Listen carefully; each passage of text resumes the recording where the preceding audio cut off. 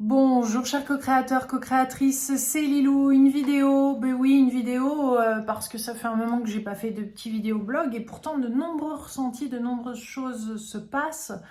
Je suis sûre que vous aussi vous traversez de nombreuses étapes, qu'il y a des choses qui viennent vous chercher plus profond de vous. Peut-être que vous avez traversé d'ailleurs des nuits noires de l'âme ou des moments qui étaient beaucoup plus compliqués ou que vous ne compreniez pas vraiment le sens à tout ça. Et c'est sûr que plus on s'allège dès maintenant, plus on fait ce travail, plus on ose regarder ces parties d'ombre, eh bien, plus faciles sont les périodes où réellement ça nous saute dessus. Et là, dans le coup, on est un peu pris à la gorge, si vous voyez ce que je veux dire. C'est-à-dire que c'est vrai que c'est bien de faire un travail qui est proactif. Moi, j'ai clairement eu de nombreux signes comme quoi l'heure avait sonné.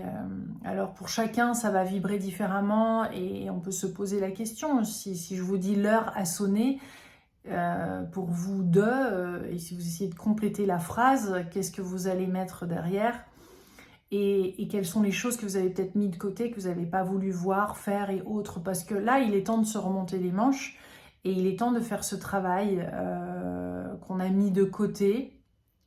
Pour certains, ça va être... enfin, c'est pour nous tous, hein, d'ailleurs, c'est se dépasser. C'est dépasser, c'est oser être pleinement nous-mêmes. Certains vont faire leur coming out spirituel, c'est-à-dire de vraiment d'oser être cet être spirituel dans tous les moments de la vie, dans toute situation de la vie, en étant fier de ça, en l'incarnant. Alors avec les hauts et les bas, les qualités, les défauts, etc. de notre personnalité, mais en tous les cas d'être sur ce chemin, d'en être fier, d'en parler, de ne pas se planquer derrière des masques ou autre, et d'oser dire les choses.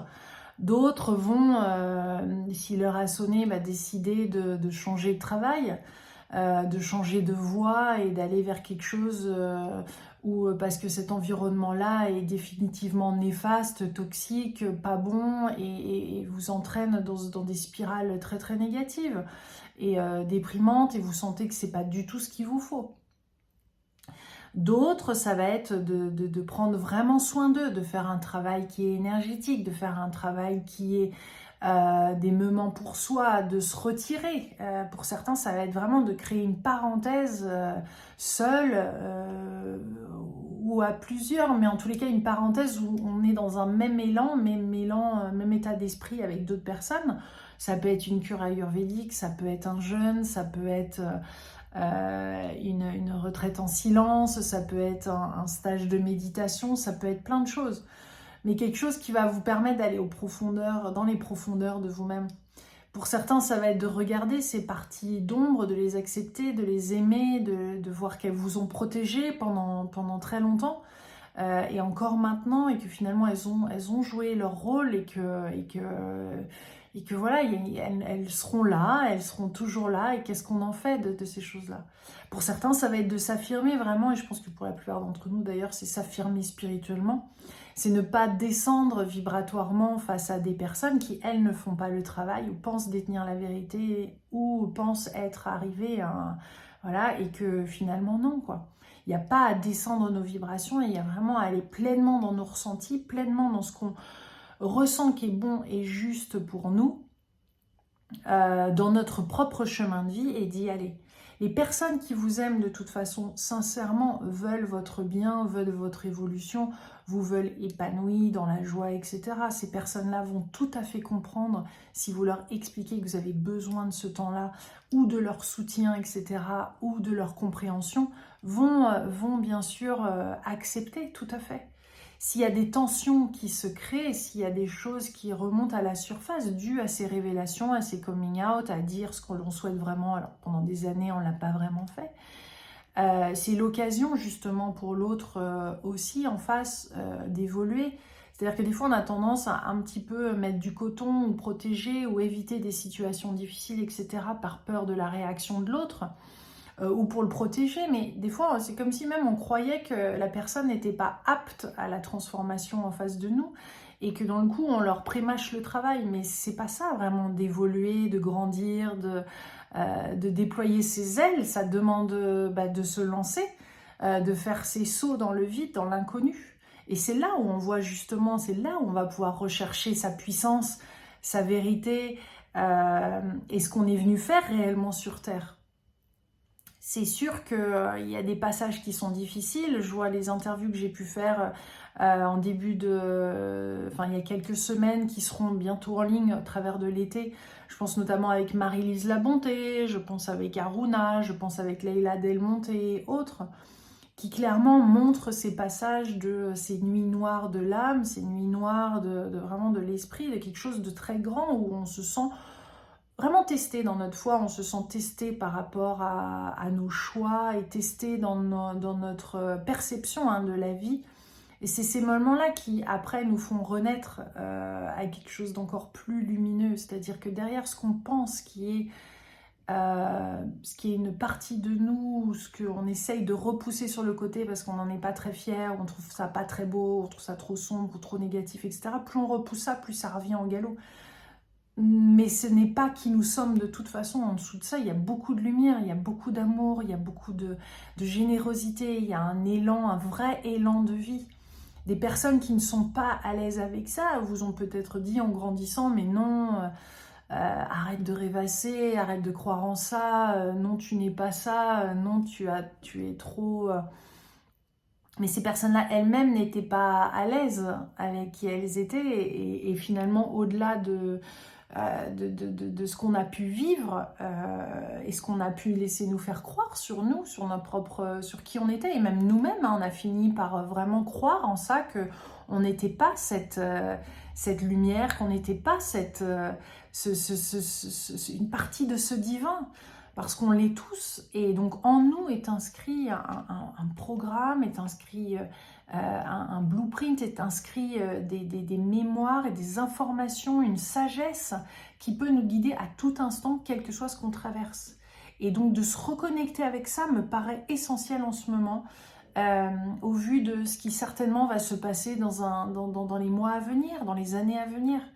Et sans ça, sans cette espèce vraiment de reconnexion intérieure, sans ressentir ça profondément, et ça passe par traverser ces souffrances, justement traverser ces passages plus difficiles pour que ça soit solide à l'intérieur, justement, pour que ce regard intérieur soit présent, soit lucide, soit bienveillant, soit dans l'amour, quels que soient les tumultes extérieurs. Sans ça, ça me paraît très difficile, moi, de traverser des situations qui sont inédites, beaucoup plus déroutantes que ce qu'on a pu vivre précédemment. Et donc, nos peurs, nos doutes, nos angoisses, tout ça font partie de nous, mais ce n'est pas nous, ce n'est pas qui nous sommes profondément. Et donc, voilà, c'est vrai que c'est des choix d'incarner ce chemin, d'y aller. Et des fois, on se donne des fausses excuses, à se dire qu'on n'a pas le temps, que voilà, il y a le boulot, il y a le travail, il y a ci, il y a ça qui ne nous permet pas de le faire.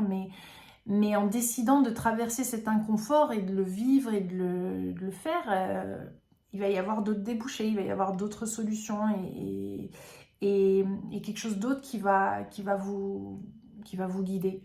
Moi, je vois que vraiment, tous les jours, j'essaye d'écouter au maximum ces intuitions, ces ressentis, de me faire entourer également de gens qui sont dans cette même démarche, de ce même élan, de soutenir des gens qui sont dans cet élan-là, en sachant qu'on ne peut pas soutenir tout le monde, mais qu'on a tous, pas un rôle à jouer, mais on a tous quand même des choses qu'on est prédisposés, ou en tout cas qu'on fait plus naturellement que d'autres. Et c'est vrai que la vie nous guide pas mal quand on est dans cet état d'esprit-là et quand on se laisse aussi porter tout en étant en action, tout en agissant pour faire que vraiment on vive quelque chose qu'on vive cette spiritualité incarnée dans la matière, quoi. Et pas juste simplement se retirer et c'est bien, je pense que c'est bien de le faire, c'est bien de se retirer un instant si vous avez envie d'une retraite silencieuse, de d'autres choses comme ça. Sinon, c'est vraiment une voie, une dévotion et un acte que certaines personnes ont décidé de vivre, mais pour la plupart d'entre nous, c'est vivre ça dans le quotidien, dans notre vie matérielle, dans ce corps qui est là, de ne pas mettre de côté ce corps-là, parce que la spiritualité se vit dans le corps et c'est beau. Moi d'ailleurs, comme je disais, je vais faire une semaine de jeûne là, avec la Fédération Française de Jeûne. voilà, ça aussi, c'est un accès à une spiritualité, à regarder vers l'intérieur. Hein. Les yeux permettent de voir à l'extérieur, le jeûne permet de faire aussi. Ça fait partie de ces choses qui permettent de faire ce voyage intérieur et de voir les choses différemment, de laisser remonter certaines émotions qui sont là, d'être au contact de sa lumière et autres. Mais quel que soit le challenge que vous traversez, en tous les cas, moi je suis persuadée qu'en ce moment, ça nous oblige à trouver les ressources en nous, d'aller aussi demander de l'aide, parce que ça, on ne peut pas le faire seul, d'aller demander l'aide, d'aller voir des thérapeutes, d'aller voir des gens qui vont nous permettre d'accéder à ça. Qu'on ne peut pas le faire seul, et que ça soit des nettoyages énergétiques, que ça soit des cures ayurvédiques, que ça soit un changement alimentaire, que ça soit de se recharger, etc. Et de gagner dans cette autonomie-là vis-à-vis de ça, ça me paraît essentiel. Et donc, je voulais juste vous dire qu'il est vraiment l'heure. Et puis pareil, il est l'heure aussi de, si vous enseignez des principes spirituels, etc., il y a des choses que vous retenez, non. Il est temps de le partager. Les gens ont besoin de ces informations-là, le trouveront et l'auront d'une manière ou d'une autre. C'est important de partager aussi les points de vue, les connaissances, etc., de les faire circuler. Moi, ça a toujours été mon envie de partager ça avec le plus grand nombre à travers ces interviews, etc., pour que ça puisse aider. Puis ensuite, ça va là où ça va. Et puis ensuite, c'est la démarche de chacun de le mettre en place, d'y aller. De se faire du bien. Mais si vous sentez l'impulsion, si vous sentez l'inspiration, allez-y. Je sais que des fois on a de la résistance, mais que c'est en allant au-delà de cet inconfort que vraiment. Et si vous complétez la phrase l'heure a sonné pour moi de, regardez bien ce qui en découle, regardez bien ce qui ressort dans l'écriture, ou juste en posant cette phrase ou en vous posant la question, tiens, l'heure a sonné pour moi de. Pour moi, quand j'entends ça, c'est vraiment l'heure a sonné pour moi d'être vrai, d'être spirituel, de le vivre au quotidien à 100%. L'heure a sonné de faire certains changements alimentaires, l'heure a sonné de me sentir bien, d'être en confiance, d'être alignée avec mon âme à 100%, avec mes intuitions, les ressentis, les visions que j'ai, de le vivre dans la matière, de m'ouvrir à l'aide, de m'ouvrir aux autres, de libérer ces peurs et ces anciens mécanismes qui ne sont même plus à moi, et de voir que, en fait, c'est un peu comme une détox de la pensée, c'est un peu comme une détox du corps, de tout, pour permettre et favoriser cet être lumineux qui est en nous de s'exprimer, d'aimer, d'être là pour l'autre, de partager, d'œuvrer, tout ça.